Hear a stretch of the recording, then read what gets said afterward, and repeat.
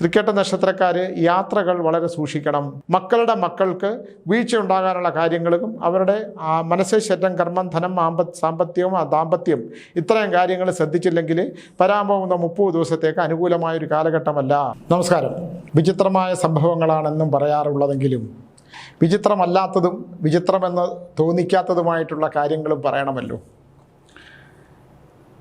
വിശ്വാസവഞ്ചന, ചതി എന്നിവ ചെയ്യുന്നവർ എങ്ങനെയാണ് അങ്ങനെ ജനിക്കുന്നത് എന്നതിനെക്കുറിച്ച് ഞാനൊന്ന് ചിന്തിച്ചു.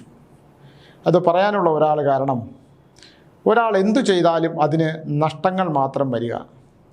അദ്ദേഹം എന്നോട് പറഞ്ഞു, സ്വാമി, ഞാൻ ആരെയും ദ്രോഹിച്ചിട്ടില്ല, വഞ്ചിച്ചിട്ടില്ല, ചതിച്ചിട്ടില്ല. ആയ കാലം മുതൽ ഞാൻ ഒരു മാങ്ങ എടുത്താൽ എൻ്റെ സഹോദരങ്ങളത് ചോദിച്ചാൽ ഞാൻ അത് തന്നെ അവർക്ക് അപ്പം തന്നെ കൊടുക്കും.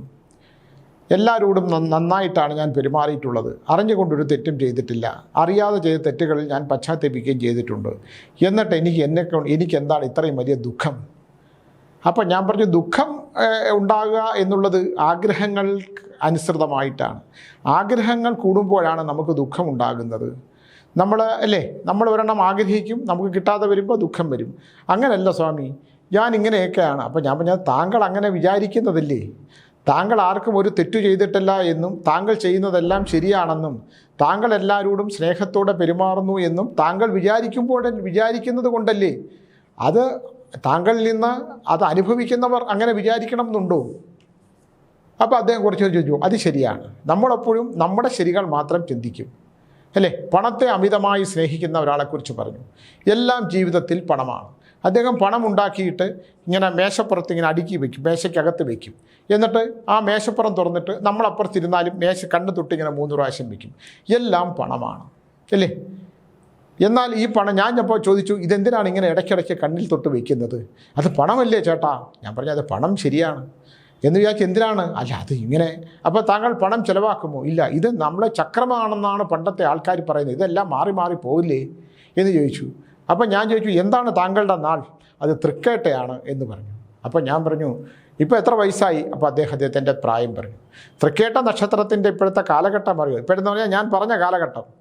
അതെനിക്ക് കണ്ണേശു ഉപാസനയില്ല, അത് പൂർവ്വജന്മത്തെക്കുറിച്ചൊന്നും പറയാനുള്ള അവസ്ഥയില്ല. എന്നാൽ പോലും ഞാൻ പറഞ്ഞു, മോനെ, നീ ചെയ്യുന്ന ബിസിനസ് എന്താണ്? ഇതൊക്കെയാണ്. ഒരു വലിയ കുടുംബത്തിൽ ജനിച്ച ആളാണ്. പക്ഷേ പണം എന്ന് പറഞ്ഞാൽ അതിനപ്പുറത്തേക്കൊന്നുമില്ല. ഇഷ്ടംപോലെ ഭൂമിയുണ്ട്, സ്വത്തുണ്ട്. ഇതെല്ലാം പിതാമഹന്മാരിൽ നിന്ന് കിട്ടിയതാണ്. അപ്പോൾ പണത്തിനെ ഇങ്ങനെ അമിതമായി സ്നേഹിച്ചാൽ പണം തരുന്ന ദുഃഖമേ തരൂ. പണം എപ്പോഴും നമ്മൾ സൂക്ഷിക്കണം. പണത്തിൻ്റെ കൂടെ ദുഃഖവും കൂടെ വരും. നമ്മൾ സ്വർണം മേടിച്ച് വെച്ചു. ഇപ്പോൾ നരേന്ദ്രമോദി പറയുന്ന സ്വർണം മേടിക്കരുത് എന്നാണ്. സ്വർണം മേടിച്ച് വയ്ക്കുമ്പോൾ നമ്മുടെ സുരക്ഷിതത്വം നശിക്കുകയാണ്. അത് മാത്രമല്ല, സ്വർണം കലിയാണ്. ഞാനിതാ ഇപ്പോൾ നാഗം സ്വർണത്തിന് പണിയിച്ചിട്ടിട്ടുണ്ട്. സ്വർണത്തിനൊരു നാഗം പണിഞ്ഞിട്ടിട്ടുണ്ട്. ഈ സ്വർണം എന്ന് പറഞ്ഞാൽ കലി തന്നെയാണ്. കലി കുടിയിരിക്കുന്ന ഒരു സ്ഥലമാണ്. സ്വർണം എവിടെ ഇരിക്കുന്നു അവിടെ കലി. സ്വർണം ഇരിക്കുന്നവർക്ക് സ്വസ്ഥതയുണ്ടാകില്ല. ഏത് സ്വർണ്ണക്കടക്കാരനെ നിങ്ങൾ എടുത്തോളൂ, അവരുടെ 3ാമത്തെ തലമുറ അസ്വസ്ഥതകളും പ്രശ്നങ്ങളുമായിരിക്കും. എൻ്റെ അനുഭവം വെച്ച് ഞാൻ പറയുവാണ്. സമ്പത്ത് നമ്മൾ നോക്കുമ്പം വില കൂടിയ കാറുകളും വലിയ ബിൽഡിങ്ങുകളും പിന്നെ ഇഷ്ടം പോലെ സ്വത്തുക്കളും ഇഷ്ടം പോലെ ജോലിക്കാരും പരിചാരകരും ഒക്കെ ഉണ്ട്. പക്ഷേ സ്വർണം ഇരിക്കുന്ന സ്ഥലത്ത് ദൈവഹിതമായിട്ടുള്ള എത്ര ദൈവത്തിൻ്റെ പടങ്ങൾ വെച്ച് വിളക്ക് കത്തിച്ചാലും, എത്ര സ്വർണ്ണ വിഗ്രഹങ്ങൾ ഉണ്ടാക്കി അവർ വിളക്ക് കത്തിച്ചാലും സ്വർണം കലി തന്നെയാണെന്നുള്ള കാര്യത്തിനകത്ത് എനിക്ക് ഒരുപാട് അനുഭവങ്ങളുണ്ട്. കലി കുടിയിരിക്കുന്ന സ്ഥലം കൊണ്ടുള്ള 5 സ്ഥലങ്ങളാണ് പറയുന്നത്. മദ്യപാനികളുടെ സ്ഥലം, വേശ്യാഗൃഹം, സ്വർണത്തിൻ്റെ സ്ഥലം, അങ്ങനെയുള്ള 5 സ്ഥലങ്ങളാണ്. ചൂതാട്ടം നടക്കുന്ന സ്ഥലം.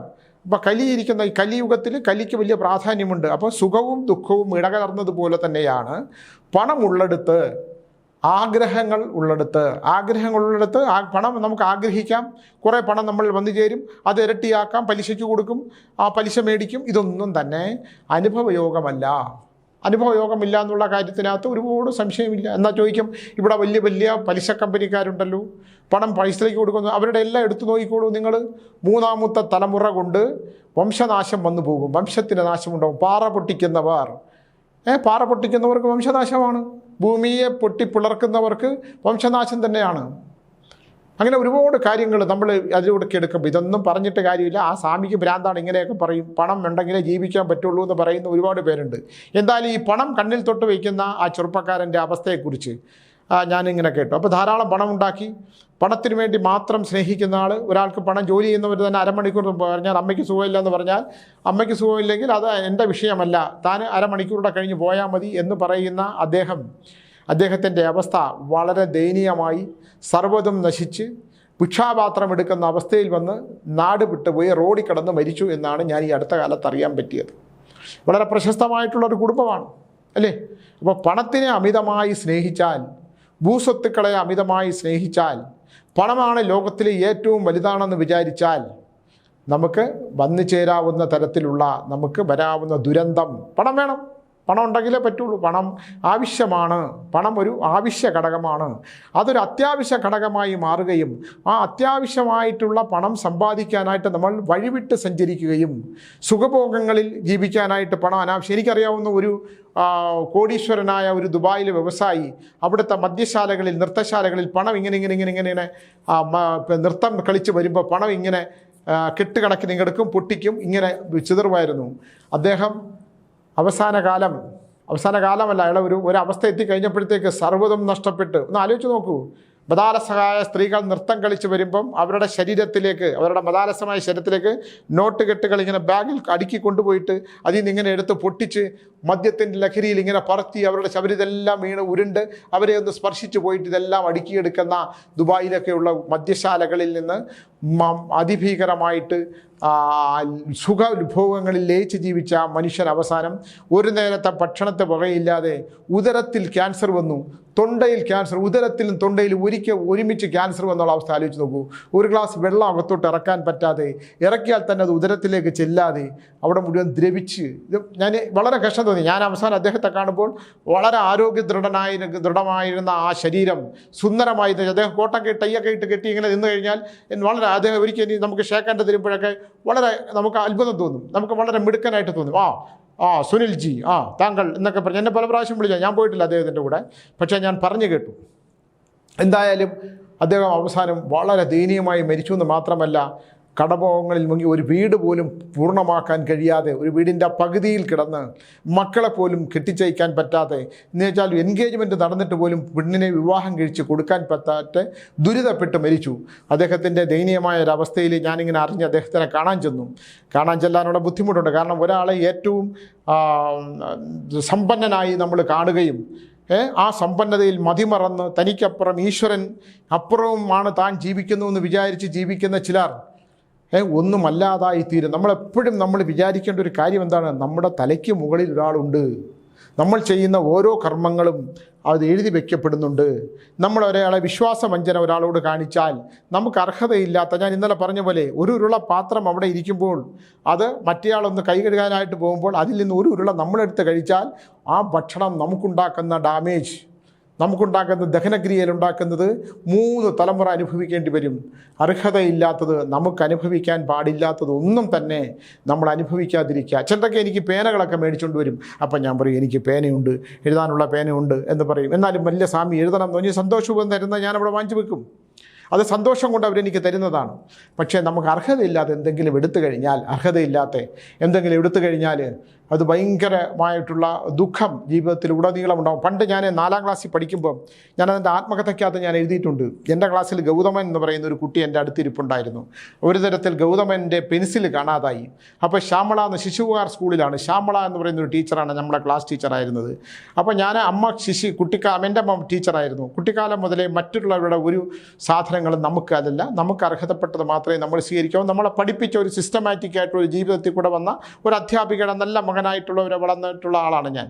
അപ്പോൾ ഈ ഗൗതമൻ്റെ പെൻസിൽ കാണാതായപ്പം ഈ ശ്യാമള ടീച്ചറിൻ്റെ പക്വതയില്ലായ്മ കൊണ്ട്, അത് ഞാൻ എൻ്റെ ആത്മകഥയ്ക്കകത്ത് ഞാൻ വളരെ ക്ലിയറായിട്ട് എഴുതിയിട്ടുണ്ട്.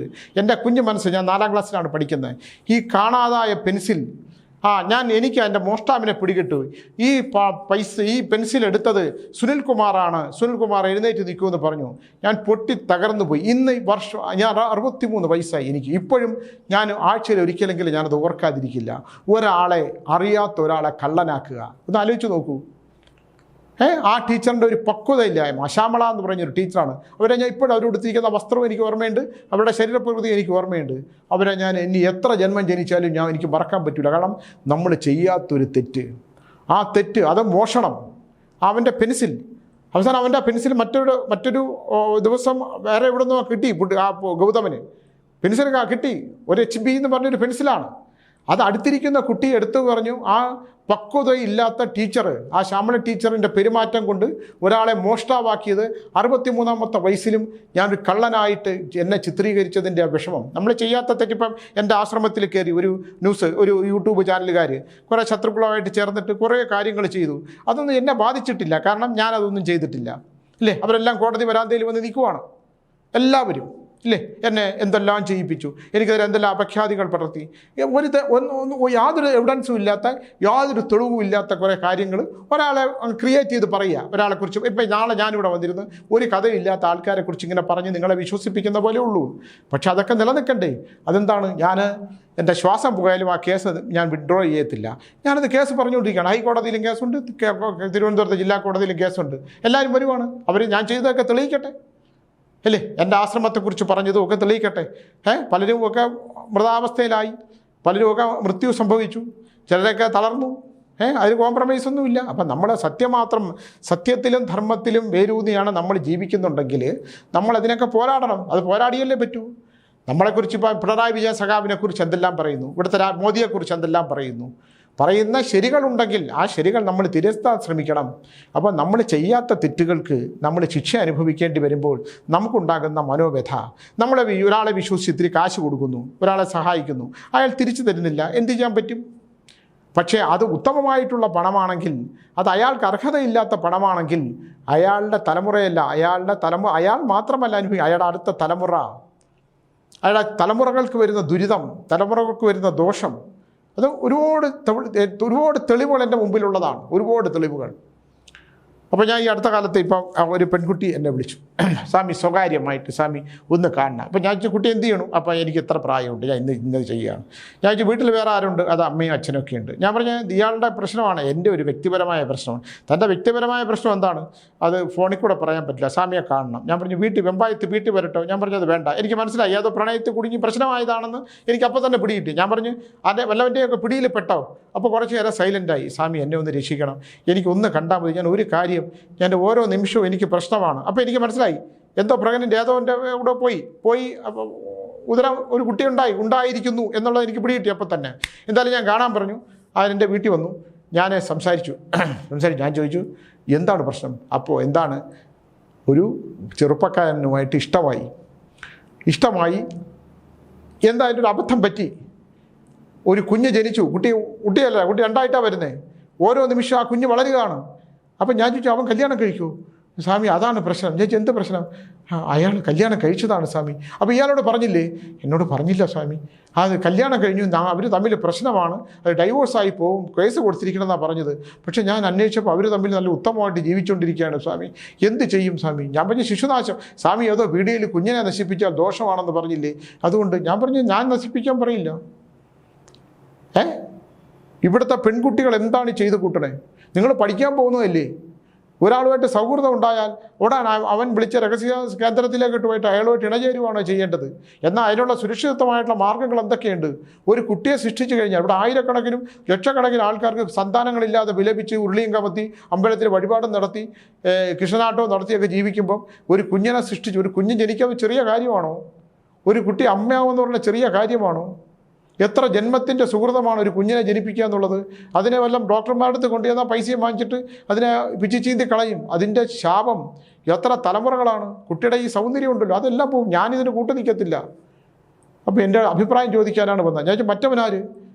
അവൻ്റെ ഫോട്ടോ കണ്ട് ഞാൻ ഞെട്ടിപ്പോയി. ആ കുട്ടി പോയതിനും പ്രണയിച്ചതിനും എനിക്ക് കുറ്റം തോന്നിയില്ല അവൻ്റെ ഫോട്ടോ കണ്ടപ്പോൾ. പക്ഷേ ആൺകുട്ടികൾ എന്തിനാണ് ഇങ്ങനെ ചെയ്യുന്നത്? ഞാൻ ഇത് അയാളുടെ അടുത്ത് പറഞ്ഞു. അപ്പോൾ അയാൾ എന്ത് ചെയ്തു? അത് നമുക്ക് കളയാമെന്ന്. അപ്പോൾ അത് അവൻ്റെ സ്വഭാവമായിരിക്കും. നിങ്ങൾ പെൺകുട്ടികളിങ്ങനെ അബദ്ധത്തിൽ പോയി പെടാതിരിക്കൂ.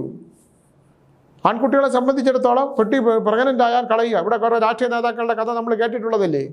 അതൊരു ഹരമാണ്. കുട്ടികളെ സൃഷ്ടിക്കുക, അത് കളയിപ്പിക്കുക.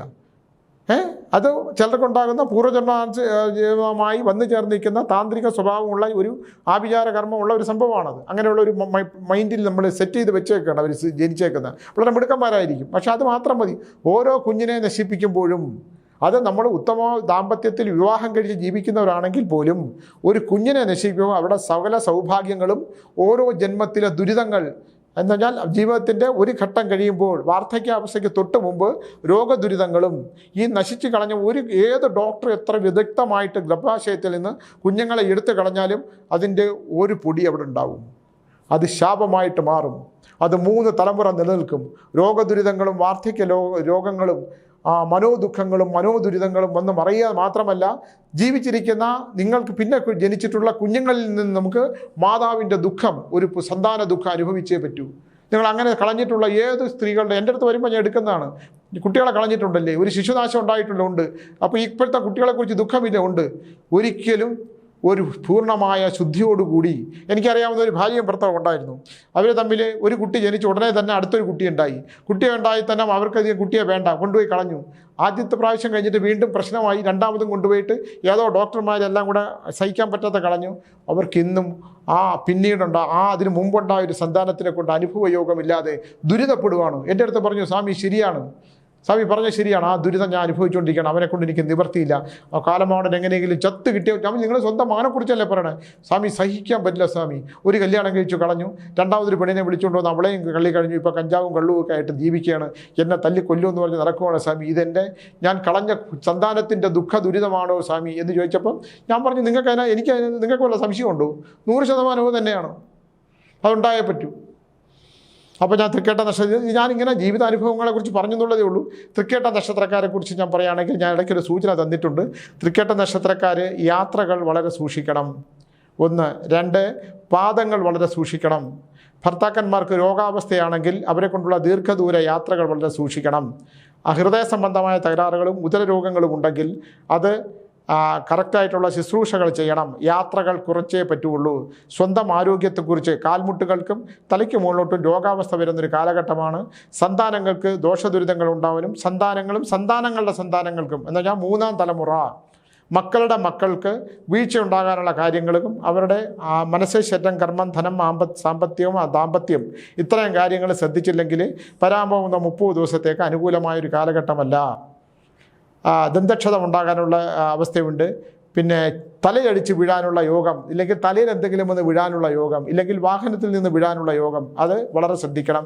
പുതിയ വാഹനങ്ങൾ വാങ്ങിക്കുകയോ കൊടുക്കുകയോ ഒന്നും ചെയ്ത് തൃക്കേട്ട നക്ഷത്രക്കാർ ഇപ്പോൾ ജ്യോതിഷശാസ്ത്ര പ്രകാരം ഉണ്ടാകുന്ന ഒരുപാട് നല്ല ഗുണങ്ങൾ നമ്മുടെ രാജയോഗമുള്ള നക്ഷത്രങ്ങളെക്കുറിച്ചൊക്കെ പറയുന്ന കൂട്ടത്തിൽ ഈ തൃക്കേട്ട നക്ഷത്രത്തെക്കുറിച്ചൊക്കെ പറയും.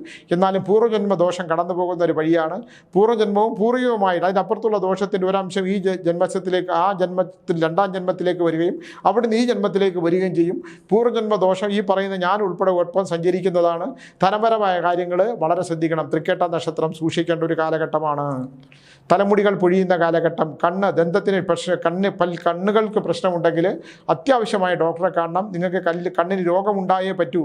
ആ കണ്ണ് നിസ്സാരം, കാഴ്ചയില്ല, കാഴ്ച കുറവുണ്ട്, കാഴ്ച മങ്ങുന്നുണ്ട്, പത്രം വായിക്കാൻ വയ്യ, അല്ലെങ്കിൽ TV കാണാൻ വയ്യ, ദൂരെ ഇരിക്കുന്ന സാധനങ്ങൾ കാണാൻ വയ്യ എന്ന് പറഞ്ഞ് കണ്ണിന് തൃക്കേട്ട നക്ഷത്രക്കാർ തീർച്ചയായും നേത്രരോഗത്തിൻ്റെ കാലഘട്ടമാണ്. നേത്രരോഗം ഉണ്ടാകുന്ന ഒരു സമയം. കാരണം കഴിഞ്ഞ ജന്മത്തിൽ അവർ അന്ധരായി തീർന്ന ഒരുപാട് പേര്, കണ്ണിൽ അന്ധത ഉണ്ടായിരുന്നവരുണ്ട്, ഒരു കണ്ണിന് ദോഷം ഉണ്ടായിരുന്നവരുണ്ട്. വലത്തെ കണ്ണ് വളരെ സൂക്ഷ്മം ശിക്ഷിക്കേണ്ട ആവശ്യമുണ്ട്. തലയുടെ ഒരു വശം ഒരു പെരുപ്പ് പോലെ വരും എന്നുള്ളതുകൊണ്ട് ശാരീരികമായിട്ടുള്ള അവശതകളുടെ കാലഘട്ടം തൃക്കേട്ട നക്ഷത്രക്കാർക്ക് ഒരു 90 ദിവസത്തേക്ക്, അത് 30 ദിവസത്തെ ഞാൻ എടുക്കാൻ പറ്റുള്ളൂ, പക്ഷേ നിങ്ങൾ 90 ദിവസത്തേക്ക് ശാരീരികമായ അവശതകൾ ഒന്ന് ശ്രദ്ധിക്കണം. പെട്ടെന്ന് കോപം വരിക, പൊട്ടിത്തെറിക്കുക പെട്ടെന്ന്, ഇല്ലെങ്കിൽ ദേഷ്യം വന്ന് എന്തെങ്കിലും തല്ലിപ്പൊട്ടിക്കുക, ഒരു പാത്രം ഇരിക്കണമെങ്കിൽ എടുത്ത് തറയിലടിച്ച് പൊട്ടിക്കുക, ഇത്യാദി കാര്യങ്ങളൊന്നും ചെയ്യാതിരിക്കുക. തൃക്കേട്ട നക്ഷത്രക്കാരുടെ മറ്റത് മക്കളുമായിട്ട് ഭൂമി സംബന്ധമായ വല്ലതും കൊടുക്കാനുണ്ടെങ്കിൽ അത് വാങ്ങിച്ചുകൊള്ളുക. പിന്നെ പണസംബന്ധമായിട്ട് വല്ല ഇടപാടുകളുണ്ടെങ്കിൽ മക്കൾക്കാണ് കൊടുത്തെങ്കിൽ അതിനെക്കുറിച്ച് ഓർമ്മിപ്പിക്കാതിരിക്കുക. നിനക്ക് ഞാൻ സ്വർണം തന്നില്ലേ, പണം തന്നില്ലേ, മക്കൾക്ക് ദുരിതം ഉണ്ടാകുന്നു. തൃക്കേട്ട നക്ഷത്രക്കാരുടെ മക്കൾക്ക് കുറച്ച് കഷ്ടകാലം ഉണ്ടാകുന്നൊരു സമയമുണ്ട്. അത് 30 ദിവസം കഴിഞ്ഞ് അവൻ ഫലം വിശദമായിട്ട് പറയുന്നുണ്ട്. എന്നാൽ ഈ തൃക്കേട്ട പറയാനുള്ളതിൻ്റെ കാരണം ആരോഗ്യപരമായ കാര്യങ്ങൾക്ക് കുറച്ച് ബുദ്ധിമുട്ടുകൾ വരാനുള്ള സമയത്ത് നട്ടലിന് ക്ഷതമുണ്ടാകുക, ഇല്ലെങ്കിൽ നട്ടലിന് തേയ്മാനം ഉണ്ടാകുക, ശരീരത്തിന് എല്ലുകൾക്ക് തേയ്മാനം ഉണ്ടാകുക, ഇതൊന്നും നല്ല കാലങ്ങളോടുകൂടി നിങ്ങൾ പൂർവ്വജന്മത്തിലെ ദോഷങ്ങളാണ് ഞാൻ ഈ പറയുന്നത്. ഇതിന് ആരോഗ്യപരമായിട്ടുള്ള കർക്കിടക മാസമാകുമ്പോൾ തൃക്കേട്ട നക്ഷത്രക്കാർ തീർച്ചയായിട്ടും ചികിത്സ ഉണ്ടാക്കണം. കാലുകൾക്ക് ഒരു കാലിങ്ങനെ എഴുതി വെച്ച് നടക്കേണ്ട സ്വഭാവം, അങ്ങനെ ഒരു കാലിന് ബലം കുറയും. അപ്പോൾ ഇത്തരം രോഗാവസ്ഥയുള്ളവർ ശ്രദ്ധിക്കണം. ആരോഗ്യം, മനസ്സ്, ശരീരം, കർമ്മം, മനസ്സും ശരീരവും ശരിയാക്കിയിട്ട് ശരീരത്തിന് ആരോഗ്യപരമായിട്ടുള്ള ആ ആ ആ ആരോഗ്യം നമ്മളെ ചിന്തിക്കുക. നമ്മളെ പണത്തെക്കുറിച്ചും കുട്ടികളെക്കുറിച്ചും ബാക്കിയുള്ള നമുക്ക് അല്ലാത്ത ചുറ്റുമുള്ള കാര്യങ്ങളെക്കുറിച്ച് മാത്രം നമ്മൾ ചിന്തിച്ചുകൊണ്ടിരിക്കും. അങ്ങനെയല്ല ചിന്തിക്കേണ്ടത്. നമുക്ക് ആദ്യം നമ്മുടെ മനസ്സിനെയും ശാന്തമാക്കാനായിട്ടുള്ള കർമ്മങ്ങൾ ചെയ്യാനും നമ്മുടെ ശരീരത്തിന് സുഖകരമായ അവസ്ഥയിലുണ്ടാക്കാനും, ജീവിതത്തിൽ എനിക്ക് വയ്യ എന്ന് പറയുന്ന ആ അവസ്ഥ ജീവിതത്തിൽ വയ്യ എന്ന് പറയും ജീവിതത്തിൽ നിന്ന് എടുത്തു കളയുക. ആരോഗ്യം ശ്രദ്ധിക്കേണ്ട സ്ഥലം തൃക്കേട്ട നക്ഷത്രക്കാർക്കുണ്ട്. തൃക്കേട്ട നക്ഷത്രമായിട്ട് ബന്ധപ്പെട്ട മകീരം നക്ഷത്രമാണെങ്കിൽ പോലും വളരെ ശ്രദ്ധിക്കേണ്ട കാലഘട്ടമാണ്. ദീർഘദൂര യാത്രകൾ നിങ്ങൾ കുറയ്ക്കണം. കഴുത്തിന് പുറകിൽ ദോഷം ഉണ്ടാകാനും ശരീരത്തിന് ഒരു വശത്ത് ദോഷം ഉണ്ടാകാനും പൂർവ്വജന്മത്തിന് ഏറ്റവും കൂടുതൽ ദോഷം ഉണ്ടാകുന്ന ഒരു കാലഘട്ടമാണ് വരുന്ന 90 ദിവസം. അതിൽ ഈ 30 ദിവസം നിങ്ങൾ വളരെ ശ്രദ്ധിക്കുക. മക്കൾക്കോ കൊച്ചുമക്കൾക്കോ ഒക്കെ വീഴ്ചയുണ്ടാകാതിരിക്കാനും അവർക്ക് ചെയ്യുന്ന കാര്യങ്ങൾക്കകത്ത് ഉത്തമമാകാനും ഒക്കെ വിഷ്ണു ക്ഷേത്രത്തിൽ ഭജന, വിഷ്ണു ക്ഷേത്രവുമായിട്ട് ബന്ധപ്പെട്ടിട്ട് വൈഷ്ണവ ക്ഷേത്രത്തിൽ വിഷ്ണു ക്ഷേത്രത്തിൽ എന്തൊക്കെയാണോ ചെയ്യാൻ പറ്റുന്ന അത്തരം കാര്യങ്ങൾ ചെയ്യുക. വിഷ്ണു ക്ഷേത്രവുമായിട്ട് ബന്ധപ്പെട്ട് നിൽക്കണം മകീരം നക്ഷത്രക്കാർ. പിന്നെ തൃക്കേട്ട നക്ഷത്രക്കാർക്ക് വലിയ ദൈവവിശ്വാസമൊന്നും കാണില്ല. കുറേ കഴിഞ്ഞ് ദൈവം കുറേയൊക്കെ ദൈവത്തിൻ്റെ അങ്ങറ്റം ഇല്ലെങ്കിൽ ദൈവത്തിൻ്റെ ഇങ്ങറ്റം, കുറേ കഴിഞ്ഞ് എന്തൊരു ദൈവം അത് തൊഴാൻ പറഞ്ഞാൽ ആ ദൈവം ശരി എന്ന് പറഞ്ഞ് പോകും. അവർക്കൊന്നിനോട് ഈ ദൈവത്തിനോട് ഈശ്വര സാന്നിധ്യങ്ങളോടൊരു കടപ്പാടുകളും കമ്മിറ്റ്മെൻറ്റുകളും ഇല്ലാത്തൊരു അവസ്ഥയാണ് ഈ വരാൻ പോകുന്ന കുറേ ദിവസം. ഒന്നിനോടൊരു ഊർജ്ജമില്ലാത്ത അവസ്ഥ. അതുകൊണ്ട് അത് അതൊക്കെ അങ്ങോട്ട് മാറ്റി വെച്ചിട്ട് തീർച്ചയായിട്ടും നിങ്ങൾ ഭദ്രകാളി ക്ഷേത്രവുമായിട്ട് ബന്ധപ്പെട്ടിട്ടുള്ള കാര്യങ്ങൾ ചെയ്യണം. ഒരു ഭദ്രകാളി ക്ഷേത്രത്തിൽ വേറെ ഒന്നും ചെയ്തില്ലെങ്കിൽ പോലും എന്നാൽ ചോദിക്കുക എന്നാൽ ഭദ്രകാളി എന്തെങ്കിലും അങ്ങോട്ട് കൊണ്ടുവരുമെന്ന്. അതല്ല, നിങ്ങൾ ഭദ്രകാളി ക്ഷേത്രവുമായിട്ട് ബന്ധപ്പെട്ട് അടുത്തുള്ള ഏതെങ്കിലും ഭദ്രകാളി ക്ഷേത്രം ഉണ്ടെങ്കിൽ അവിടെ എണ്ണയും തിരിയും ഒക്കെ മേടിച്ചുകൊണ്ട് കൊടുത്താൽ മനസ്സിനൊരു ശാന്തി കിട്ടും. പൊട്ടിത്തെറിക്കുന്ന സ്വഭാവം നിർത്തുക.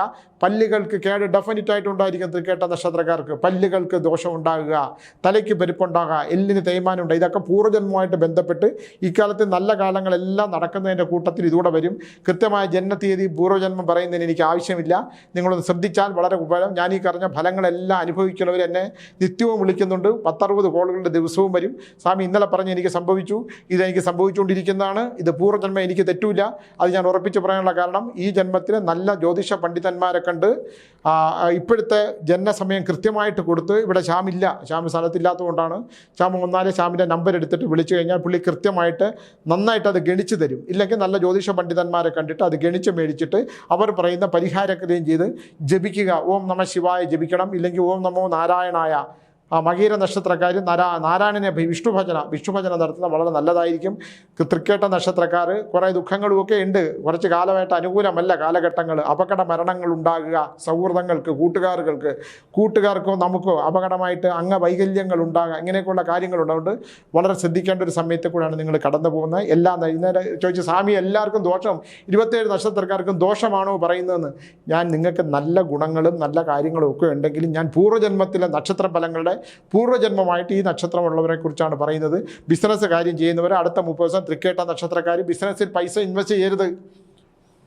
ഒരു പൈസ പോലും നിങ്ങൾ ഈ 30 ദിവസം കഴിഞ്ഞതിന് ശേഷം നല്ല ജ്യോതിഷ പണ്ഡിതന്മാരെ കണ്ട് എനിക്ക് പണം കൊടുക്കാവുന്ന ഒരു സമയമാണോ, ഞാൻ പൈസ ഇൻവെസ്റ്റ് ചെയ്യുന്ന സമയമാണോ എന്ന് പറഞ്ഞാൽ നിങ്ങൾ സ്വിച്ച് ഇട്ടാൽ ബൾബ് അടിച്ചു പോകുന്ന സമയമാണ് ഇപ്പോഴുള്ളത്. നിങ്ങൾ ലൈറ്റ് പ്രകാശിച്ചുകൊണ്ടിരിക്കുകയാണ്, പോയി ലൈറ്റ് ഇട്ട് നോക്കിയേ, അത് അപ്പം അടിച്ചു പോകും. അതുകൊണ്ട് അത്തരം കാര്യങ്ങളൊന്നും ചെയ്യാതിരിക്കുക. തൃക്കേട്ട നക്ഷത്രക്കാരുടെ നല്ല ഗുണങ്ങൾ ഒരുപാടുണ്ട്. ആ നല്ല ഗുണങ്ങളെല്ലാം നിങ്ങൾക്ക് അനുഭവത്തിനായിട്ട് വരട്ടെ. പൂർവ്വജന്മ ദോഷങ്ങൾ അനുഭവിച്ചുകൊണ്ടാണ് കാലഘട്ടത്തിലെ ഫലങ്ങളാണ് ഞാൻ ഈ പറയുന്നത്. മനോദുഃഖങ്ങളും മനോദുരിതങ്ങളും ഒക്കെ വരും. സർപ്പപരിഹാരങ്ങളും സർപ്പമന്ത്രങ്ങളും ഒക്കെ ജപിക്കേണ്ട കാലഘട്ടമാണ്. അപ്പോൾ സർപ്പവും കൂടെ അനുകൂലമാക്കുന്ന കാര്യങ്ങൾ ചെയ്യണം. പ്രധാനമായിട്ട് ചെയ്യേണ്ട ഇരുട്ടത്ത് ഇറങ്ങി നടക്കുമ്പോൾ ഒന്ന് ശ്രദ്ധിക്കുന്നത് വളരെ നല്ലതാണ്. കാരണം ഇഴജന്തുക്കളിൽ നിന്ന് പാമ്പ് കടി ഏറ്റില്ലെങ്കിലും ഇരുട്ടത്ത് ഭയമുണ്ടാകാനുള്ള സാധ്യതകളുണ്ട്. രാത്രികളിൽ പുറത്തിറങ്ങാതിരിക്കുന്നത് വളരെ നല്ലതെന്ന് പറഞ്ഞുകൊണ്ട് നിർത്തുന്നു. എല്ലാവർക്കും മനസ്സമാധാനവും ശാന്തി ഉണ്ടാകട്ടെ. ഞാൻ ഈ പറയുന്നത് കേട്ട് സ്വാമി എല്ലാത്തിൻ്റെ അവസാനം വന്ന് സമാധാനവും ശാന്തി എങ്ങനെയാണ് ഉണ്ടാകുന്നത്, സ്വാമി ഇതുപോലുള്ള ഭീകരമായ കാര്യങ്ങളൊക്കെ പറഞ്ഞ് പേടിപ്പിച്ചിട്ട് അങ്ങനെ നിങ്ങൾ ഭയക്കേണ്ട ആവശ്യമില്ല. പൂർവ്വജന്മ ദോഷങ്ങൾ നമ്മളെ കടന്നു പോകുന്നത് കൊണ്ട് അത് ഞാൻ ഓർമ്മിപ്പിച്ചതേ ഉള്ളൂ. ആർക്കും ഒരു ദോഷവും വരത്തില്ല. ഇത്തരം കാര്യങ്ങളൊക്കെ അങ്ങോട്ട് ചെയ്തിട്ട് ശ്രദ്ധിച്ച് മുമ്പിലോട്ട് പോയാൽ എല്ലാ ആപത്തുകളിൽ നമ്മളെ രക്ഷിക്കാൻ ഭഗവാനുണ്ടെന്ന് പറഞ്ഞുകൊണ്ട് നിർത്തുന്നു. നന്ദി, നമസ്കാരം.